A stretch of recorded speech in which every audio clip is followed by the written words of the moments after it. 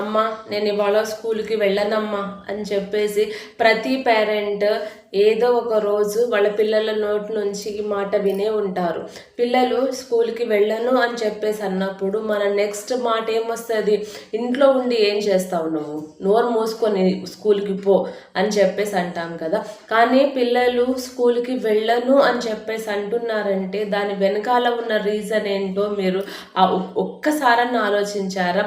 సరే నా కొడుకు స్కూల్కి వెళ్ళను అంటున్నాడు, ఓకే ఇవాళ ఒక రోజు నేను వెళ్ళనివ్వకుండా సరే ఉంటున్నానా అంటే రేపు అలానే అంటాడేమో, అవునా కాదా? కాబట్టి ఫస్ట్ వెళ్ళను అని చెప్పేసి అన్నందుకు రీజన్ ఏందో మీరు కనిపెట్టండి. ఎందుకు అంటే స్కూల్లో టీచర్కి భయపడుతున్నాడా, స్కూల్లో సరిగా చదవట్లేదా, సబ్జెక్టులు అంటే ఇంట్రెస్ట్ లేకుండా ఉన్నదా అబ్బాయికి, మళ్ళీ ఫ్రెండ్స్ డుమ్మా కొడితే వాళ్ళ కోసం అని చెప్పేసి ఈ అబ్బాయి కూడా డుమ్మా కొడుతున్నాడా అని సివియర్ రీజన్స్ ఉంటాయి కదా. ఆ రీజన్స్ అన్నీ మనం ఒకసారి ఆలోచించాలి.